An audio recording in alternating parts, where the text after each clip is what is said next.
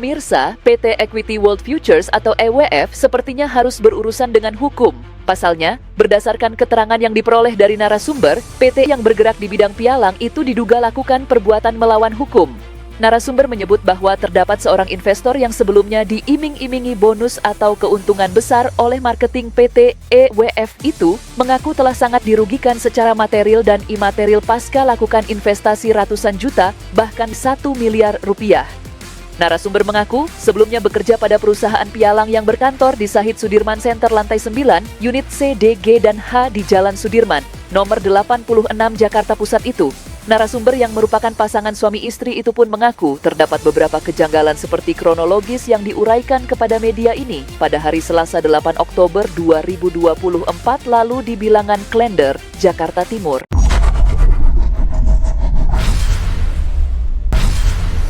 Bermula dari ajakan menjadi bagian dari perusahaan pialang dimaksud, narasumber atas nama John mengaku bahwa ayah kandungnya yang merupakan pensiunan Pertamina menjadi sasaran bujuk rayu pihak pialang melalui rekan John bernama Laurentius Jemadun agar ayah John menginvestasikan dana pensiunan miliknya dengan janji pasti mendapatkan keuntungan yang besar.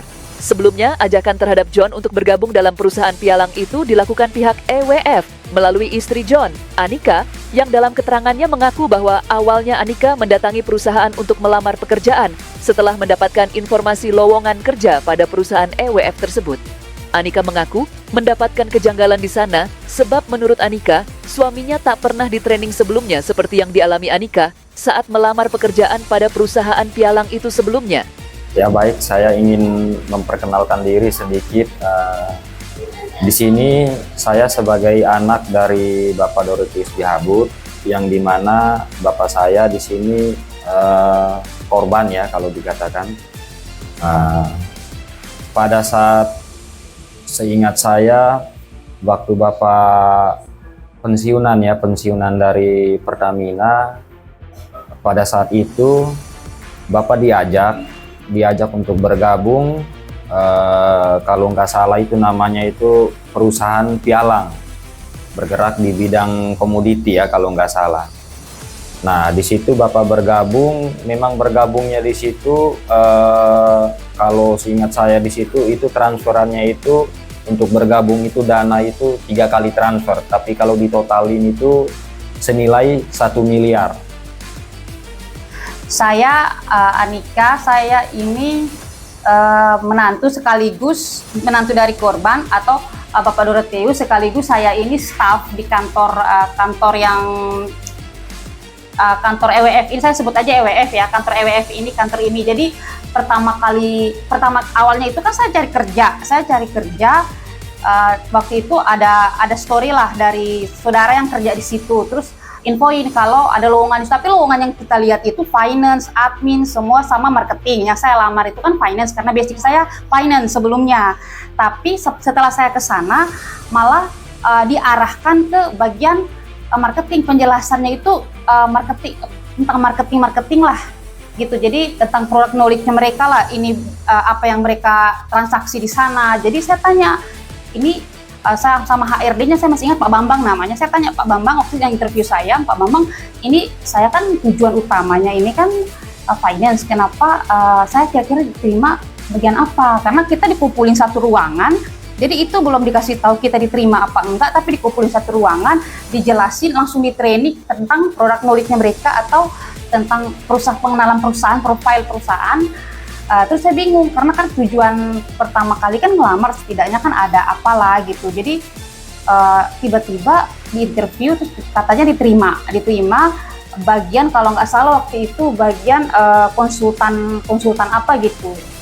Saya ada beberapa orang, tapi yang diterima konsultan, satu diterima marketing, satu diterima bagian apa gitu, tapi ujung-ujungnya marketing. Jadi sebenarnya dari awalnya saja itu info lowongannya itu saya masih simpan info lokernya itu aja itu udah beda dari yang ditawarkan. Jadi sampai sana malah diarahkan semua ke marketing dengan cara mereka menjelaskan bonusnya segini.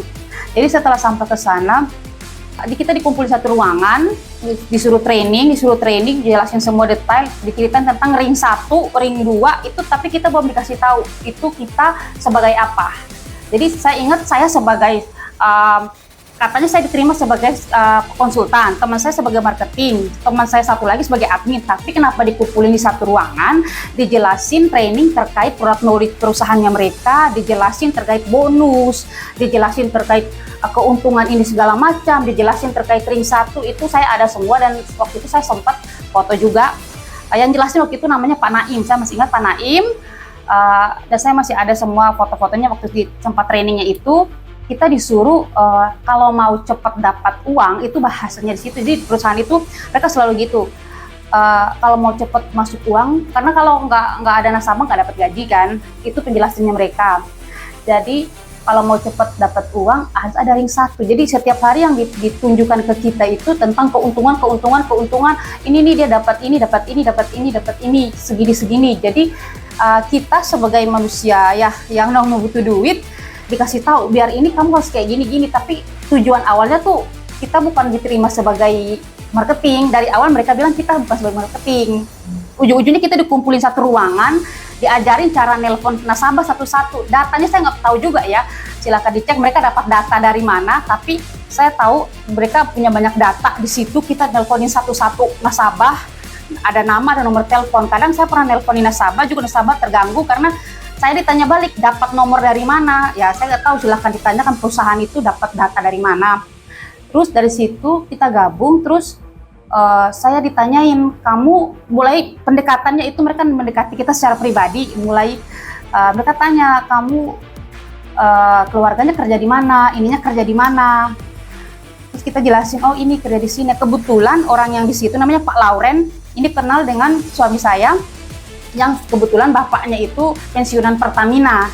Jadi gimana caranya agar suami saya juga ikut bekerja di situ, padahal tujuan awalnya saya yang kerja di situ sebagai finance. Jadi suami saya masuk sebagai orang biasa itu ya, bukan anak-anak yang punya duit di situ. Saya masuk ikut tahapan pakai training, tapi suami saya masuk nggak pakai training. Kebetulan pada saat itu masih saudara ya, hitungannya masih saudara, dan dia mengajak saya di mana saya untuk bisa bekerja di sana, di perusahaan tersebut yang tadi saya jelaskan, yaitu perusahaan pialang. Nah, setelah saya bergabung di sana, biasanya seperti kayak di perusahaan-perusahaan yang kita mau melamar kerja, biasanya itu kan ada prosedurnya, misalkan kayak kita disuruh training, apalah segala macam. Nah, ketika saya bergabung di sana, saya itu sama sekali tidak mendapatkan hal-hal seperti itu. Tiba-tiba setelah sehari, saya disuruh masuk untuk bekerja. Setelah saya bekerja, di sana saya agak sedikit janggal ya, ada sedikit janggal karena di mana pada saat itu, di situ poinnya bahwa untuk bisa bergabung dari orang-orang terdekat, ada istilahnya kalau di sana pada saat itu namanya istilahnya ring 1, ring 2, ring 3. Nah, mungkin saya agak lupa ya, ring 1 itu seperti apa, ring 2 itu seperti apa, dan ring 3 itu seperti apa. Kalau nggak salah, kalau saya nggak ini, ring 1 itu orang terdekat ya, misalkan kayak keluarga kita, bapak, mama, gitu. Intinya orang terdekat itu kalau ring 1. Dari sanalah, pihak perusahaan EWF atas nama Martin Estefanus Mandak alias Steven selaku wakil pialang EWF memerintahkan Laurentius Jemadun sebagai perwakilan perusahaan EWF untuk mendatangi langsung dan dengan leluasa membujuk orang tua John di Manggarai untuk menginvestasikan dana pensiunannya dari Pertamina dengan menjanjikan keuntungan yang besar. Di mana ketika itu orang tua John percaya sebab anaknya juga merupakan bagian dari perusahaan EWF yang patut dipandang sebagai peluang, apalagi uang tersebut akan dapat dikembalikan kapan saja dibutuhkan, sesuai janji dari pihak perusahaan pialang itu. Nah, pada saat itu setelah saya dengan berjalannya waktu saya ngikut bekerja, nah di situ mereka ini menyuruh di mana orang tua saya itu agar bisa bergabung. Karena merasa orang tua saya, bapak dan mama saya, anak saya di situ, otomatis mereka yakin dan percaya, oh bahwa benar perusahaan ini benar gitu. Nah, setelah saya masuk di situ, orang tua saya juga yakin dan percaya karena berdasarkan iming-iming dari karyawan-karyawan yang tadi ikut prospek sampai ke kampung, ke tempat orang tua saya ini di kampung. Nah, setelah prospek, orang tua saya sudah istilah katanya sudah yakinan percaya karena iming-iming omongan mereka tadi, bergabunglah orang tua saya ini gitu. Pada saat Bapak bergabung itu, Bapak diiming-imingin, dimana ketika Bapak dan Mama bergabung, bahwa uang Bapak dan Mama itu kapan saja bisa diambil dan kapanpun bisa diambil kami akan bersedia. Nah, mulai dari saat itu sampai dengan sekarang, Bapak sama Mama itu selalu mempertanyakan itu uang mereka di mana gitu. John mengaku bahwa setelah terhadap ayahnya dilakukan prospek oleh pihak perusahaan EWF yang langsung mendatangi orang tua John ketika itu ke Manggarai, Nusa Tenggara Timur, tempat orang tua John berasal, di mana kemudian orang tua John yang merasa mendapatkan peluang menjanjikan itu, tak tanggung-tanggung menginvestasikan dana pensiunan miliknya itu dengan cara mentransferkan sejumlah uang ke salah satu akun perusahaan yang dibuatkan pihak perusahaan bagi orang tua John. Nah, transfernya itu kalau seingat saya itu 3 kali. 3 kali dengan nominalnya itu 1 miliar. Dari tahun 2019 sampai tahun 2023 kemarin. Sementara itu, Anika mengatakan bahwa orang tua John percaya kepada marketing perusahaan EWF, sebab marketing itu menurut Anika masih memiliki ikatan persaudaraan dengan John, yakni sama-sama berasal dari Kabupaten Manggarai. Anika juga menuturkan bahwa sebenarnya uang pensiun milik orang tua John telah dideposit pada salah satu bank di daerah Manggarai, Nusa Tenggara Timur, tempat orang tua John berasal. Kaitannya dengan itu, menurut penuturan Anika, pihak marketing pada saat itu membujuk orang tua John agar tidak memberitahukan kepada pihak bank tentang tujuan penarikan uang yang hendak dikeluarkan dari deposito bank saat itu, sebab jika tujuan investasi itu diakui, maka pihak perusahaan pialang EWF mengatakan bahwa akan ada kendala dari pihak bank sehingga akan menghambat proses investasi. Ikut tahapan pakai training, tapi suami saya masuk nggak pakai training. Tanpa dijelasin apapun, ini kerjanya apa, udah langsung jam uang masuk, mereka minta suami saya transfer, ikut bergabung, bapaknya juga ikut bergabung. Jadi duitnya langsung masuk. Pertama saya dulu duitnya waktu itu dia kalau nggak salah itu sekitar 100 juta, 100 apa 300. Habis itu suami saya masuk, mereka telepon karena suami saya udah bergabung, jadi mereka mendekati orang tua suami saya, jadi mereka minta bergabung lagi. Saya masih ingat bahasanya, saya masih punya buktinya itu. Saya bilang, oh maaf karena mertua saya itu uangnya deposito, jadi belum cair, belum waktunya, dan ada chat dari Pak Naim bilangnya dicairkan saja, nanti kita ganti penaltinya dengan keuntungan, dipaksa cairkan saja. Terus waktu itu kita cairkan, terus mereka bilang kalau nanti sampai di bank jangan bilang kalau itu uang buat ke pialang. Karena kalau ke pialang nanti bank persulit, itu dari bahasa dari mereka, sehingga kenapa transaksinya itu bukan dari transfer antar bank, tapi setor tunai. Saat Bapak bergabung itu, Bapak diiming-imingin, dimana ketika Bapak dan Mama bergabung, bahwa uang Bapak dan Mama itu kapan saja bisa diambil dan kapanpun bisa diambil kami akan bersedia. Nah, mulai dari saat itu sampai dengan sekarang, Bapak sama Mama itu selalu mempertanyakan itu uang mereka di mana gitu. Mencermati dari kronologis kasus seperti dituturkan kedua narasumber tersebut, patut diduga bahwa terdapat beberapa unsur pidana yang terkandung di dalam perkara ini, sehingga penting diusut tuntas. Di mana saat ini pihak kuasa hukum John dan orang tuanya terkonfirmasi sementara lakukan kajian hukum guna layangkan somasi ke perusahaan EWF dan laporan ke aparat penegak hukum. Sebelumnya, diketahui bahwa perkara ini sudah melewati proses peradilan secara perdata di Pengadilan Negeri Jakarta Pusat yang memosisikan orang tua John sebagai pihak yang kalah, sehingga kemudian dilakukan banding pada Pengadilan Tinggi Jakarta, tapi juga dinyatakan kalah, yang kemudian dilanjutkan ke tingkat kasasi, namun lagi-lagi orang tua John tetap dinyatakan kalah oleh Mahkamah Agung RI. Menyikapi itu, John tak gentar dan siap berjuang mengais keadilan, sebab uang 1 miliar itu adalah uang pensiun orang tuanya yang menurutnya tak dipertanggungjawabkan oleh perusahaan EWF. Bahkan, Anika mengaku bahwa pihak berwenang dalam perusahaan saling lempar tanggung jawab setelah uang nasabah ludes. Dalam kasus ini, Anika juga menyesalkan pihak kuasa hukum orang tua John yang terkesan berpihak pada perusahaan. Pasalnya, begitu banyak bukti-bukti pidana yang harusnya dibawa ke ranah pidana, justru diabaikan. Jadi dari situ, setelah itu kita tetap kalah, akhirnya kita konsultasi ke pengacara kita yang baru, kita curiga ada unsur pidananya, sehingga kita mohon bantuannya, karena kan bapak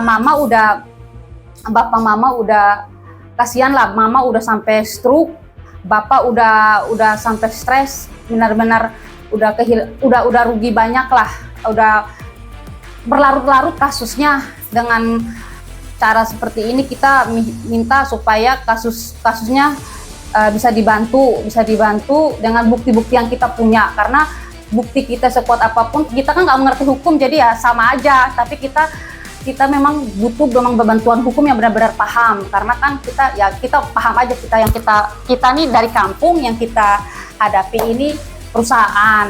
Jadi benar-benar kita minta bantuan dari lawyernya kita. Itu pun benar-benar kita minta bantuan karena bapak mama udah nggak bisa apa-apa lagi, udah nggak bisa ini, jadi pure kita benar-benar minta tolong. Jadi dari sini semoga kasusnya cepat selesai, dibantu dengan bukti-bukti yang kita punya. Kita yakin bukti-buktinya banyak yang kita punya, kita siap untuk buktikan semua kalau apa-apa yang diperlukan. Untuk itulah sehingga melalui kuasa hukum yang baru, John siap berjuang mengais keadilan dengan tekad yang bulat dan alasan mendasar bahwa no viral no justice, sebab menurutnya di negara ini, keadilan telah menjadi suatu hal yang sangat sulit diperoleh, sehingga harus menjadi viral agar menarik perhatian publik, karena sejatinya keadilan berada di tangan netizen. Maka dari itu, John meminta agar media ini terus mengawal proses hukum pidana perkara ini dan membuatnya menjadi viral di media sosial dengan harapan orang tua John akan mendapatkan keadilan setelah kasus ini menjadi viral.